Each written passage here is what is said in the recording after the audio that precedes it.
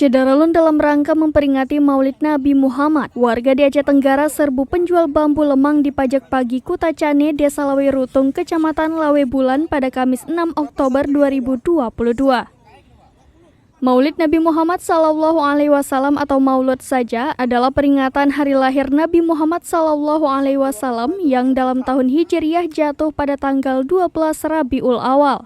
Kata maulid atau milad dalam bahasa Arab berarti hari lahir. Perayaan Maulid Nabi merupakan tradisi yang berkembang di masyarakat Islam jauh setelah Nabi Muhammad SAW wafat.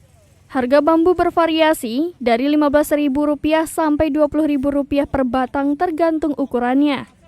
Seorang pedagang bambu lemang Yani mengatakan, bambu dijual Rp15.000 hingga Rp20.000 per batang. Setiap batang dipotong-potong bisa 9 sampai 11 potong.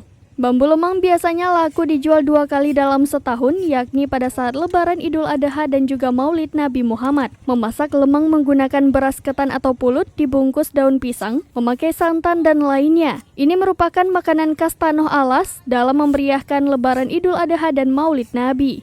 Lanjutnya pada Jumat 7 Oktober 2022, memasak lemang sudah dimulai sejak pagi hari hingga malam hari. Sedangkan pada Sabtu 8 Oktober 2022, Maulid Nabi di desa-desa yang sebagian besar dilaksanakan di masjid. Setikat berapa dijual bambu ya? Dia bukan berikat nih bang.